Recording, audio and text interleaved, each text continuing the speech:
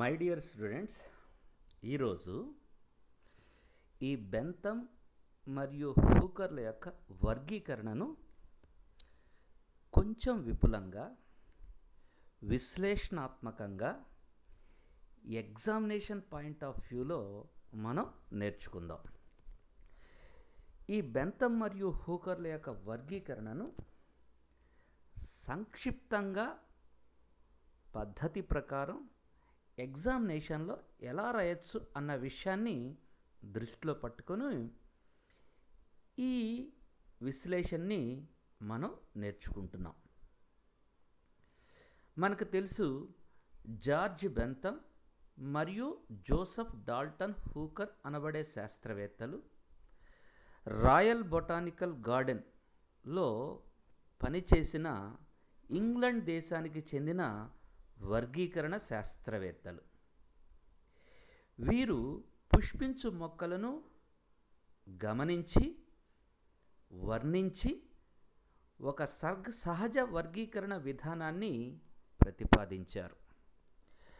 ఆ సహజ వర్గీకరణ విధానాన్ని జెనీరా ప్లాంటారం అనబడే 3 సంపుటాలు కలిగిన గ్రంథం రూపంలో లాటిన్ భాషలో ప్రచురించారు.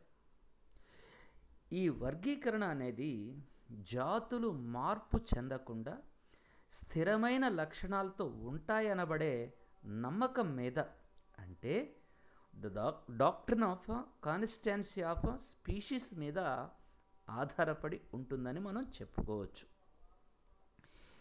ఈ జార్జ్ బెంతం మరియు హూకర్ల యొక్క వర్గీకరణ అనేది పుష్పించు మొక్కలకు సంబంధించిన వర్గీకరణగా మనం చెప్పుకుంటాం.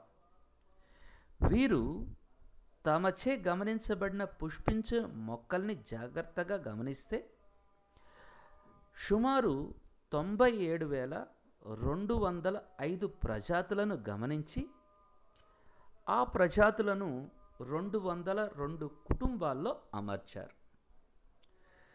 పాలీపెటాలే అనబడే ఉపతరగతి కింద 84, గామోపెటాలే అనబడే ఉపతరగతి కింద 45, మోనోక్లామిడే అనబడే ఉపతరగతి కింద 36, వివృత బీజాలు అనబడే తరగతి కింద 3, ఏకదళ బీజాలు అనబడే తరగతి కింద 34 కుటుంబాలను గుర్తించి అమర్చారు. ఈ బెంతం మరియు హూకర్ వర్గీకరణను సంక్షిప్తంగా ఒక పట్టిక రూపంలో చూపిస్తే ఈ విధంగా మనం చెప్పుకోవచ్చు. ఈ శాస్త్రవేత్తలు పుష్పించే మొక్కల్ని 3 ప్రధానమైన తరగతులుగా వర్గీకరించారు. ఒకదాన్ని తరగతి ద్విదళ బీజాలు అంటారు, రెండవ దాన్ని తరగతి వివృత బీజాలు, మూడవ దాన్ని తరగతి ఏకదళ బీజాలు అంటారు. ఈ ద్విదళ బీజాల గురించి, ఏకదళ బీజాల గురించి క్షుణ్ణంగా మనం మాట్లాడుకుందాం. అయితే ఇక్కడ తరగతి వివృత బీజాలను మనం జాగ్రత్తగా గమనిస్తే 2 ముఖ్యమైన లక్షణాలని గుర్తు చేసుకుందాం. ఈ వివృత బీజాలు నగ్నంగా అండాలను అభివృద్ధి చేస్తాయి. కాబట్టి విత్తనాలు నగ్న విత్తనాలు అయి ఉంటాయి. అంటే ఈ వివృత బీజాల్లో ఫలాభివృద్ధి ఉండదు. అలా బీజ సహితంగా ఉన్న ఫలాభివృద్ధి చూపని నగ్న విత్తనాలను అభివృద్ధి చేసే మొక్కలను తరగతి వివృత బీజాల కింద చేర్చి వాటిని 3 కుటుంబాలుగా వర్గీకరించారు. ఒకదాన్ని సైకడేసి అని, ఉదాహరణగా సైకస్ చెప్పుకోవచ్చు. రెండో దాన్ని కోనిఫెరేసి అని, ఉదాహరణగా పైనస్ని చెప్పుకోవచ్చు. మూడో దాన్ని నీటేసి అని, ఉదాహరణ నీటంని మనం చెప్పుకోవచ్చు. ఇక ఈ మిగిలిన 2 తరగతులను క్షుణ్ణంగా మనం ఈ లెసన్లో అధ్యయనం చేద్దాం. మొదటిగా తరగతి ద్విదళ బీజాలను గురించి మాట్లాడుకుందాం. ఎలాంటి మొక్కల్ని వీరు తరగతి ద్విదళ బీజాల కింద చేర్చారు? ఏ మొక్కలైతే తమ పిండంలో 2 బీజదళాలను కలిగి ఉంటాయో తమ పత్రాల్లో జాలాకార ఈనెల వ్యాపనాన్ని చూపిస్తాయో, ఏ మొక్కలైతే పంచభాగయుత పుష్పాలను అభివృద్ధి చేస్తాయో, ఏ మొక్కలైతే తల్లివేరు వ్యవస్థను కలిగి ఉంటాయో అలాంటి మొక్కలను వీరు తరగతి ద్విదళ బీజాల కింద చేర్చడం జరిగింది. ఈ తరగతి ద్విదళ బీజాలను మనకు తెలుసు 3 ఉపతరగతులుగా వర్గీకరించారు. మొట్టమొదటి ఉపతరగతి పాలీ పెటాలే అంటాం. ఆ పేరులోనే మనకి స్పష్టంగా ఆ ఉపతరగతి యొక్క నిర్వచనం తెలిసిపోతూ ఉంటుంది. అంటే ఈ ఉపతరగతి కింద చేర్చబడిన మొక్కలు అభివృద్ధి చేసే పుష్పాలను జాగ్రత్తగా పరిశీలిస్తే ఆ పుష్పంలో పరిపత్రం అనేది 2 వలయాల్లో అమరి ఉంటుంది. ఆ పరిపత్రం అనేది రక్షక పత్రావళి, ఆకర్షణ పత్రావళి అనే విభేదనం చూపిస్తూ ఉంటుంది. ఆ లోపలి పరిపత్ర వలయమైన ఆకర్షణ పత్రావళి అసంయుక్తంగా ఉన్న ఆకర్షణ పత్రాలతో నిర్మితమై ఉంటుంది. ఇలా 2 వలయాల్లో పరిపత్రాన్ని కలిగి ఉన్న అసంయుక్త ఆకర్షణ పత్రావళి కలిగి ఉన్న పుష్పాలను ఉత్పత్తి చేసే మొక్కలను ఈ ఉపతరగతి పాలీ పెటాలే కింద చేర్చడం జరిగింది. ఇక ఈ ఉపతరగతి పాలీ పెటాలేను వివిధ శ్రేణులుగా వర్గీకరించారు. మనకు అవసరమైన శ్రేణులను ఇక్కడ అర్థం చేసుకోవటం కోసం ప్రయత్నం చేద్దాం. ఇక మొదటి శ్రేణిగా థలామీ ఫ్లోరేని చెప్పుకోవచ్చు. అంటే ఈ వర్గీకరణను జాగ్రత్తగా పరిశీలిస్తే తరగతి ద్విదళ బీజాలకు చెందిన ఉపతరగతి పాలీ పెటాలేకి చెందిన శ్రేణి థలామీ ఫ్లోరేని గురించి మనం మాట్లాడుకుంటున్నాం. ఎలాంటి మొక్కల్ని ఈ శ్రేణి థలామీ ఫ్లోరే కింద చేర్చడం అయిందంటే, ఊర్ధ అండాశయం కలిగిన పుష్పాలను ఉత్పత్తి చేసే మొక్కలను ఈ ఉపతరగతి కింద చేర్చడం జరిగింది. ఆ మొక్కల చేత ఉత్పత్తి చేసే పుష్పాలను పరిశీలిస్తే అక్కడ రక్షక పత్రాలు ప్రస్ఫుటంగా కనిపిస్తూ ఉంటాయి. పుష్పంలో సాధారణంగా కేసరాల సంఖ్య అనేకం ఉండి, ఈ అండాశయం యొక్క స్థానాన్ని బట్టి పుష్పం అనేది అండకోశాధస్థితమని చెప్పబడుతూ ఉంటుంది. సాధారణంగా ఈ పుష్పాల్లో పుష్పాసనం అనేది పొడవుగా శంఖాకారంగా ఉండి లేదా గోళాకారంగా ఉంటుందని చెప్పచ్చు. ఎప్పుడైతే పుష్పాసనం అనేది శంఖాకారంగా లేదా గోళాకారంగా ఉంటుందో ఆ పుష్పం యొక్క అండాశయం అనేది మిగతా పుష్ప భాగాలతో పోల్చినప్పుడు ఊర్ధ్వస్థానంలో ఉంటుంది. కాబట్టి పుష్పం అనేది అండకోశాధస్థితమవుతుందని మనం చెప్పుకోవచ్చు. ఇలాంటి మొక్కలతో ఈ శాస్త్రవేత్తలు శ్రేణి థలామీ ఫ్లోరేని సృష్టించారు. ఈ థలామీ ఫ్లోరే అనబడే శ్రేణిలో ఒక క్రమాన్ని గమనిస్తే దానిని రానెలిస్ అని పిలుస్తూ ఉంటాం. అంటే తరగతి ద్విదళ బీజాలకు చెందిన ఉపతరగతి పాలీ పెటాలీకు చెందిన శ్రేణి థలామీ ఫ్లోరేకి చెందిన క్రమం రానెలిస్ గురించి మనం మాట్లాడుకుంటూ ఉన్నాం. ఈ పుష్పాలను జాగ్రత్తగా పరిశీలిస్తే ఈ పుష్పం యొక్క పుష్పాసనం మీద పుష్ప భాగాలు సర్పిలంగా లేదా చక్రీయంగా లేదా అర్ధచక్రీయంగా అమరి ఉంటాయి. అంతేకాకుండా పుష్పంలో ఫలదళాల యొక్క సంఖ్య అనేది అనేకమై ఉండి ఆ ఫలదళాలు అసంయుక్తంగా కనిపిస్తూ ఉంటాయి. సాధారణంగా పుష్పంలో కేసరాల యొక్క సంఖ్య అసంఖ్యాకంగా ఉంటుంది. అంటే అనేక కేసరాలు కలిగిన పుష్పాన్ని ఈ మొక్కలు ఉత్పత్తి చేస్తాయి. ఇలాంటి లక్షణాలు చూపించే మొక్కలను క్రమము రానెలిస్ కింద చేర్చడమైనది. మన సిలబస్ ప్రకారం ఈ రానెలిస్ అనబడే క్రమం కింద అనోనేసి అనబడే కుటుంబాన్ని తరువాత సిలబస్లో క్షుణ్ణంగా మనం చదువుకుంటాం.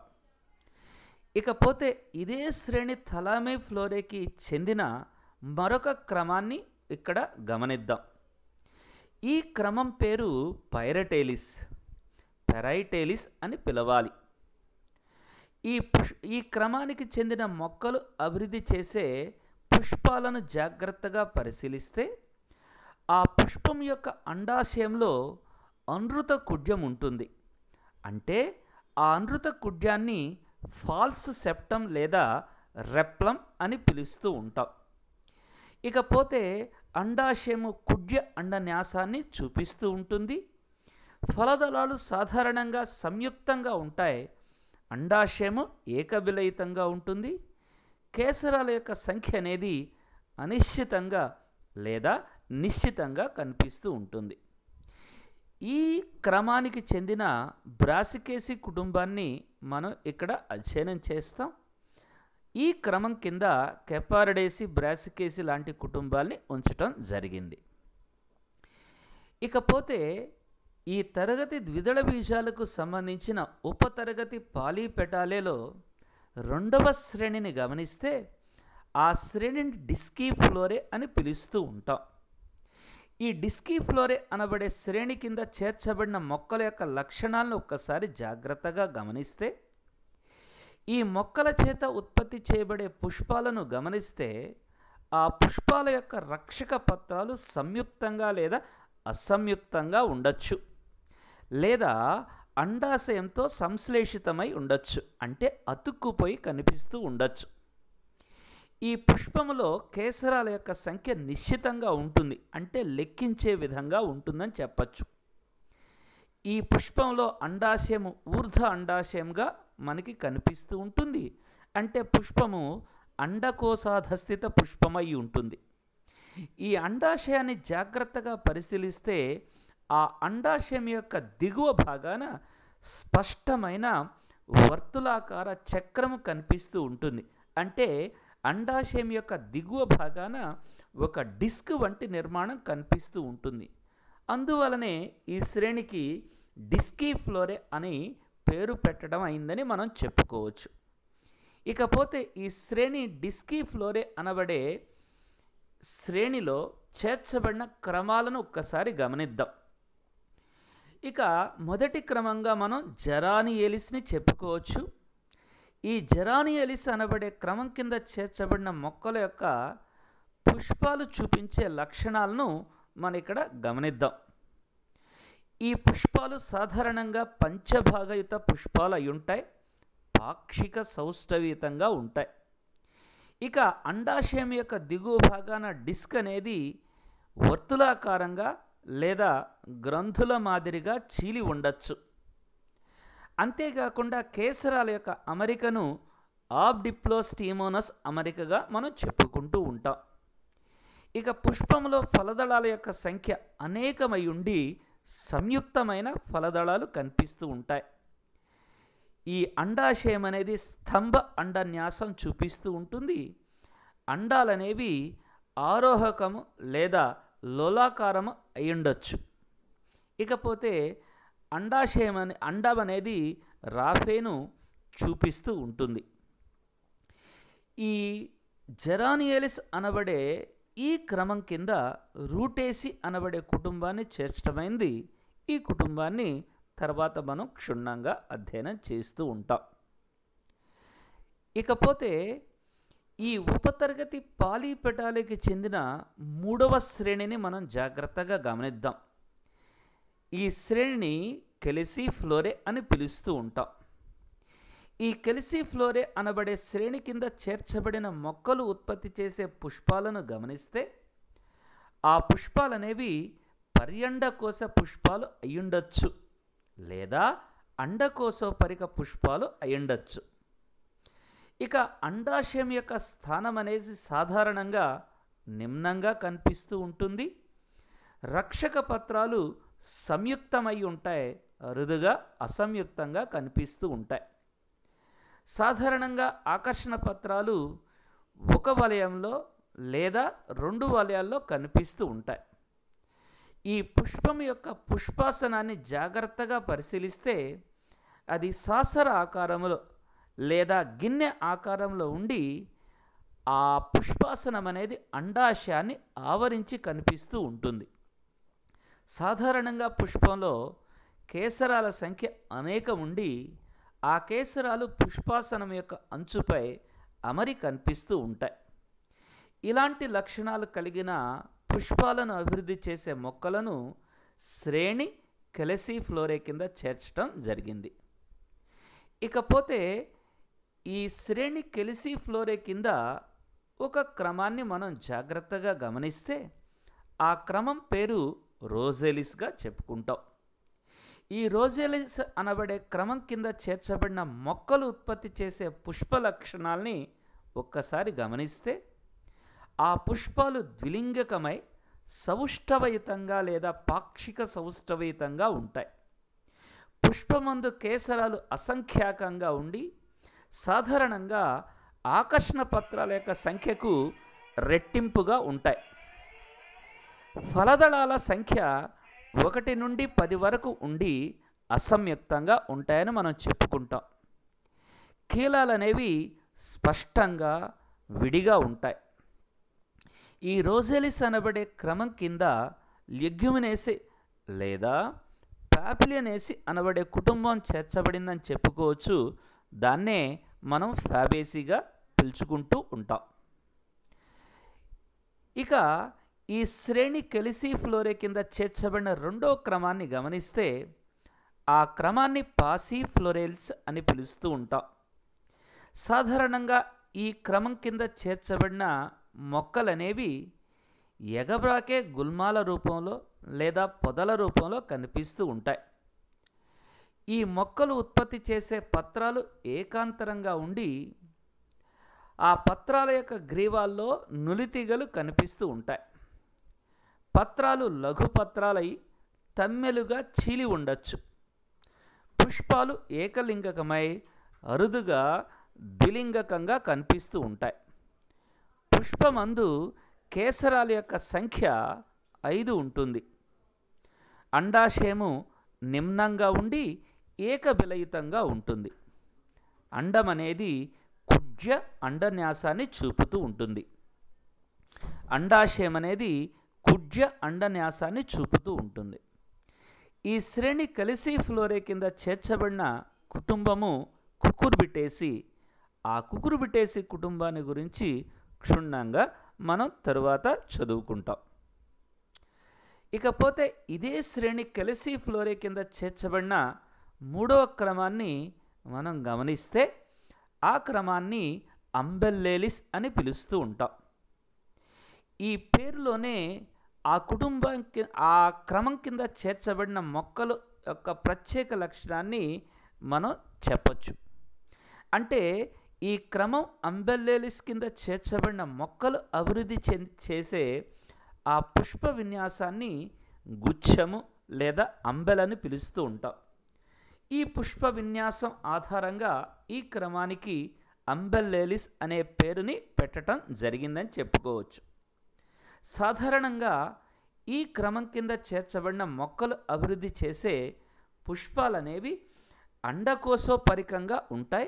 సౌష్ఠయుతంగా ఉండే ద్విలింగక పుష్పాలుగా చెప్తాం. ఫలదళాలు సంయుక్తంగా ఉంటాయి, కానీ కీలాలనేవి విడిగా ఉంటాయి. ప్రతి బిలంలో ఒక లోలాకార అండం కనిపిస్తూ ఉంటుంది. సాధారణంగా ఈ క్రమం కింద చేర్చబడిన మొక్కలనేవి గుల్మాలయ్యుండి ఏకాంతర పత్రాలను లఘుపత్రాలను అభివృద్ధి చేస్తూ ఉంటాయి. ఈ క్రమం కింద చేర్చబడిన మొక్కల్లో మనం సర్వసాధారణంగా గమనించదగిన మరొక లక్షణం ఏంటంటే ఆచ్ఛాదన పత్రపీఠాలు కనిపిస్తూ ఉంటాయి. అంటే పలుచని పొర మాదిరిగా ఉండి ఆ కాండం యొక్క కణుపు మధ్యాలను ఒక చుట్టి ఆచ్ఛాదనగా అభివృద్ధి చెందే పత్రపీఠాలను ఈ క్రమం కింద చేర్చబడిన మొక్కల్లో గమనించవచ్చు. ఈ క్రమం కింద అంబెల్లిఫెరే అనబడే ఒక కుటుంబాన్ని చేర్చడం జరిగింది. ఆ కుటుంబాన్ని తరువాత మనం క్షుణ్ణంగా అధ్యయనం చేస్తాం. ఇక తరగతి ద్విదళ బీజాల క్రింద చేర్చబడిన రెండవ ఉపతరగతిని గామోపెటాలే అని పిలుస్తాం. ఆ పేరులోనే ఆ ఉపతరగతి కింద చేర్చబడిన మొక్కల యొక్క ఒక ప్రధాన లక్షణం ప్రస్ఫుటంగా కనిపిస్తూ ఉంటుంది. ఇక్కడ కూడా పుష్పం అనేది పరిపత్రాన్ని 2 వలయాల్లో కలిగి ఉంటుంది. ఆ పరిపత్రం అనేది రక్షక పత్రాళి, ఆకర్షణ పత్రావళి అనే విభేదనం చూపిస్తూ ఉంటుంది. ఆకర్షణ పత్రావళి అనేది సంయుక్తంగా ఉంటుంది. ఇలా ఆకర్షణ పత్రావళి సంయుక్తంగా ఉంటుంది కాబట్టే ఈ ఉపతరగతికి గామోపెటాలి అనే పేరుని పెట్టడం జరిగింది. ఇక పుష్పాలు అనేవి సౌష్ఠవయుతంగా లేదా అసౌష్ఠవయుతంగా కనిపిస్తూ ఉంటాయి. ఈ గామోపెటాలి కింద చేర్చబడిన మొక్కల్లో గమనించదగిన మరొక సర్వసాధారణ లక్షణంగా ఏమని చెప్పొచ్చు అంటే, కేసరాలు అనేవి ఆకర్షణ పత్రాలకు ఆశ్లేషితమై మకుట దళోపరిస్థితంగా కనిపిస్తూ ఉంటాయి. ఈ విధంగా ఈ గామోపెటాలి అనబడే ఉపతరగతి కింద చేర్చబడిన మొక్కల యొక్క సాధారణ లక్షణాలను, ప్రధానమైన సాధారణ లక్షణాలను మనం చెప్పుకోవచ్చు. ఇక ఈ ఉపతరగతి గామోపెటాలి కింద చేర్చబడిన శ్రేణుల గురించి మనం అధ్యయనం చేద్దాం. మొదటి శ్రేణిని ఇన్ఫరే అని పిలుస్తూ ఉంటాం. పేరుకు తగ్గట్టు ఈ శ్రేణి కింద చేర్చబడిన మొక్కల్లో పుష్పము నిమ్న అండాశయాన్ని చూపిస్తూ ఉంటుంది. కేసరాల యొక్క సంఖ్య ఆకర్షణ పత్రాల సంఖ్యకు సమానంగా కనిపిస్తూ ఉంటుంది. ఈ కేసరాలు అనేవి ఆకర్షణ పత్రాలకు ఏకాంతరంగా అమరి కనిపిస్తూ ఉంటాయి. ఈ ఇన్ఫరే అనబడే శ్రేణి కింద ఆస్టరేలిస్ అనబడే క్రమాన్ని చేర్చడం జరిగింది. ఈ ఆస్టరేలిస్ అనబడే క్రమానికి చెందిన మొక్కలు అభివృద్ధి చేసే పుష్పాల యొక్క లక్షణాలను మనం గమనిస్తే, ఆ పుష్పాలు అనేవి సౌష్ఠవయుతంగా లేదా పాక్షిక సౌష్ఠవయుతంగా ఉంటాయి. కేసరాలు అనేవి మకుట దళోపరిస్థిత కేసరాలుగా కనిపిస్తూ ఉంటాయి. పరాగకోశాలు అనేవి అసంయుక్తంగా లేదా సంయుక్తంగా కనిపిస్తూ ఉంటాయి. అండాశయం అనేది నిమ్నమై ఉండి ఏకబిలయుతంగా ఉండి ఒకే ఒక వక్ర అండాన్ని కలిగి ఉంటాయి. ఈ విధంగా ఆస్టరేలిస్ అనబడే క్రమం కింద చేర్చబడిన మొక్కలు అభివృద్ధి చేసే పుష్ప లక్షణాల్ని మనం వివరించవచ్చు. ఈ ఆస్టరేలిస్ అనబడే క్రమం కింద ఈ ద్విదళ బీజాల్లో అత్యంత అభివృద్ధి చెందిన కుటుంబం చేర్చబడింది. ఈ ద్విదళ బీజాల్లో అత్యంత అభివృద్ధి చెందిన కుటుంబంగా ఆస్టరేసి అనబడే కుటుంబాన్ని మనం చెప్పుకుంటూ ఉంటాం. ఇంతకుముందు ఆస్టరేసిని కంపోజిటే అని పిలిచేవాళ్ళు కాబట్టి ఈ ఆస్టరేస్ అనబడే క్రమం కింద చేర్చబడిన కుటుంబంగా కంపోజిటే లేదా ఆస్టరేసిని మనం చెప్పుకుంటూ ఉంటాం. ఇదే శ్రేణి ఉపతరగతి గామోపెటాల్లో రెండవ శ్రేణిని గమనిద్దాం. ఈ రెండవ శ్రేణిని బైకార్పెల్లేటే అని పిలుస్తూ ఉంటాం. ఈ బైకార్పెల్లేటే అనబడే శ్రేణిని గమనిస్తే పేరులోనే మనకి స్పష్టంగా ఆ శ్రేణి కింద చేర్చబడిన పుష్ప లక్షణం ఒకటి ప్రస్ఫుటం అవుతుందని మనం చెప్పుకోవచ్చు. అంటే ఈ మొక్కలు ఉత్పత్తి చేసే పుష్పములోని అండకోశం అనేది 2 ఫలదళాలతో నిర్మితమై ఉంటుందని చెప్పచ్చు. ఆ ఫలదళాలు సంయుక్తమై ఉంటాయని మనం చెప్పుకుంటూ ఉంటాం. అండాశయము సాధారణంగా ఊర్ధ్వ అండాశయమై అయి ఉంటుంది. పుష్పాలు అనేవి సౌష్ఠవయుతంగా అండకోశాధస్థితంగా కనిపిస్తూ ఉంటాయి. కాబట్టి అండాశయం అనేది ఊర్ధ్వ అండాశయంగా కనిపిస్తూ ఉంటుంది. ఈ పుష్పాల్లో కేసరాల యొక్క సంఖ్య అనేది ఆకర్షణ పత్రావళి తమ్మెల సంఖ్యకు సమానంగా ఉండి ఆ కేసరాలు అనేవి ఆకర్షణ పత్రాలకు ఏకాంతరంగా అమరి కనిపిస్తూ ఉంటాయి. ఈ శ్రేణి బైకార్పెల్లేటి కింద చేర్చబడిన క్రమాల్లో మొదటి క్రమంగా జెన్షియనేలిస్ని చెప్పుకోవచ్చు.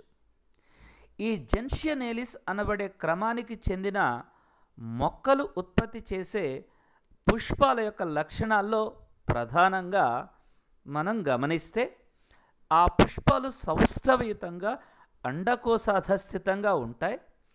కేసరాలు 5 మకుట దళోపరిస్థితంగా కనిపిస్తూ ఉంటాయి. లఘుపత్రాలు అయి ఉండి అభిముఖ పత్ర విన్యాసం మొక్కల్లో కనిపిస్తూ ఉంటుంది. ఈ మొక్క యొక్క శరీర భాగాల్లో లేటెక్స్ స్రవిస్తూ ఉంటుంది, ప్రవహిస్తూ ఉంటుంది. ఈ క్రమము జెన్షియనేలిస్ కింద చేర్చబడిన కుటుంబంగా మనం ఆస్క్లిపియడేసిని చెప్పుకుంటాం. ఈ కుటుంబాన్ని తరువాత మనం క్షుణ్ణంగా అధ్యయనం చేస్తాం. ఇక ఈ శ్రేణి బైకార్పెల్లేటే కింద చేర్చబడిన మరొక క్రమాన్ని గమనిస్తే ఆ క్రమం పేరు పర్సనేలిస్. ఈ పర్సనేలిస్ అనబడే క్రమం కింద చేర్చబడిన మొక్కలు అభివృద్ధి చేసే పుష్పాలను గమనిస్తే ఆ పుష్పాలు సాధారణంగా పాక్షిక సౌష్ఠవేతంగా ఉంటాయి. ఆకర్షణ పత్రావళి 2 పెదవులుగా చీలి ఉంటుంది. కేసరాల యొక్క సంఖ్య 4 లేదా 2 ఉంటాయి. పరాంతములోని కేసరం అనేది క్షీణించి కనిపిస్తూ ఉంటుంది. ఫలదళాల సంఖ్య యాజ్ యూజువల్ 2 ఉంటాయి, సంయుక్తంగా ఉంటాయి. ప్రతి బిలంలో 2 నుంచి 10 అండాలు కనిపిస్తూ ఉంటాయి. సాధారణంగా స్తంభ అండన్యాసాన్ని, గుళిక అనబడే ఫలాన్ని ఉత్పత్తి చేస్తూ ఉంటాయి. ఈ క్రమము పర్సనేలిస్ కింద కుటుంబము అకాంతేసిని చేర్చడం జరిగిందని మనం చెప్పుకోవచ్చు. ఇకపోతే తర్వాత క్రమాన్ని మనం లామియేలిస్గా చెప్పుకుంటూ ఉంటాం. ఆ లామియేలిస్ అనబడే క్రమం కింద చేర్చబడిన మొక్కలు ఉత్పత్తి చేసే పుష్పాలను గమనిస్తే ఆ పుష్పాల యొక్క ఆకర్షణ పత్రావళి సంయుక్తమై ఉండి 2 పెదవులుగా చీలి ఉంటుంది. కేసరాలనేవి 4 ఉండి ద్విదీర్ఘ స్థితిని చూపిస్తూ ఉంటాయి. అంటే 2 పొడవుగా 2 పొట్టిగా కనిపిస్తూ ఉంటాయి. అండాశయంలో 2 నుంచి 4 గదులను గమనించవచ్చు. ప్రతి బిలంలో 1 అండం కనిపిస్తూ ఉంటుంది. అండాశయము స్తంభ అండన్యాసాన్ని చూపిస్తూ ఉంటుంది. ఈ క్రమానికి చెందిన మొక్కలు ఉత్పత్తి చేసే ఫలము టెంకె గల ఫలము లేదా చిరు ఫలాలు అయి ఉంటాయి. ఈ క్రమం కింద కుటుంబము లాబియేటేని చేర్చారు. ఈ కుటుంబాన్ని మనం తరువాత క్షుణ్ణంగా చదువుకుంటాం. ఈ విధంగా ఉపతరగతి గామోపెటాలని మనం చెప్పుకోవచ్చు.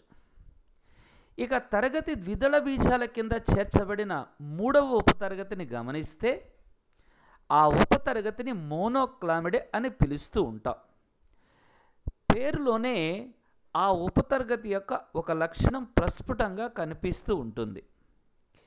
ఈ మోనోక్లామిడే అనబడే ఉపతరగతి కింద చేర్చబడిన మొక్కలు ఉత్పత్తి చేసే పుష్పాలను జాగ్రత్తగా పరిశీలిస్తే పుష్పంలోని పరిపత్ర భాగాలన్నీ సాధారణంగా ఒకే వలయంలో అమరి కనిపిస్తూ ఉంటాయి, లేదా ఆ పరిపత్రాలనేవి క్షీణించి ఉంటాయి. పరిపత్రాలనేవి సాధారణంగా రక్షక పత్రాల మాదిరిగా కనిపిస్తూ ఉంటాయి. ఇక్కడ ఆకర్షణ పత్రాలు ఉండవు. ఇవి ఉపతరగతి మోనోక్లామిడే కింద చేర్చబడిన మొక్కల యొక్క ప్రధానమైన లక్షణాలుగా మనం చెప్పుకోవచ్చు.